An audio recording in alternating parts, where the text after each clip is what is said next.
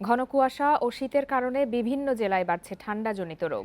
Pneumonia, diarrhoea সহ নানা রোগে বেশি আক্রান্ত হচ্ছে শিশু ও বৃদ্ধরা। চিকিৎসকরা বলছেন, শীতে ঠান্ডাজনিত রোগীর সংখ্যা বেড়েছে 2 থেকে 3 গুণ।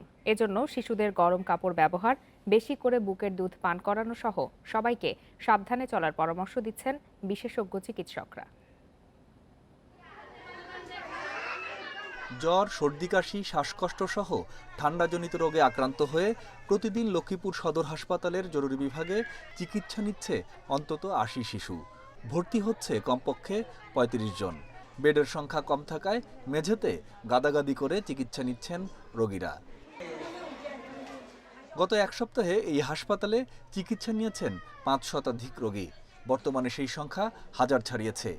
শীত বাড়ার সঙ্গে সঙ্গে শীতবাহিত রোগ যেগুলো আছে, বিশেষ করে বাচ্চাদের সর্দি কাশি, বড়দের সর্দি কাশি, এগুলার সংখ্যা প্রায় দ্বিগুণ হয়ে গেছে। হসপিটালে রোগীর সংখ্যাও বেড়ে গেছে।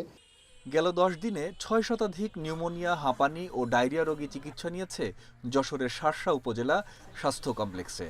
অ্যাজমাজনিত শ্বাসকষ্টে এখানে ভর্তি হয়েছি। ঠান্ডা করছে, বাথরুম করছে, তাই ডাক্তারের কাছে আনছি, তাই চিকিৎসা চলছে। গত এক সপ্তাহে মানিকগঞ্জে ঠান্ডাজনিত বিভিন্ন রোগে আক্রান্ত হয়ে চিকিৎসা নিয়েছে ১,০০০-এর বেশি শিশু।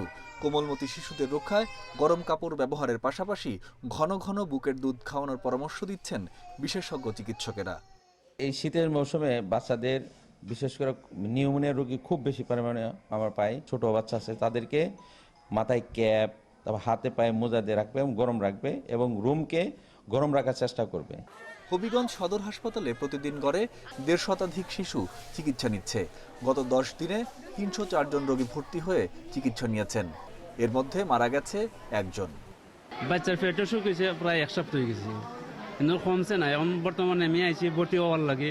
আজকে ৬ দিনে আমার বাচ্চা ঠান্ডা লাগছে, এখন গ্যাস দিতেছি। এছাড়া নওগাঁ, সুনামগঞ্জ, চাঁপাইনবাবগঞ্জ সহ দেশের বিভিন্ন অঞ্চলে বাড়ছে ঠান্ডাজনিত রোগীর সংখ্যা। Mamunur Rashid, independent news desk.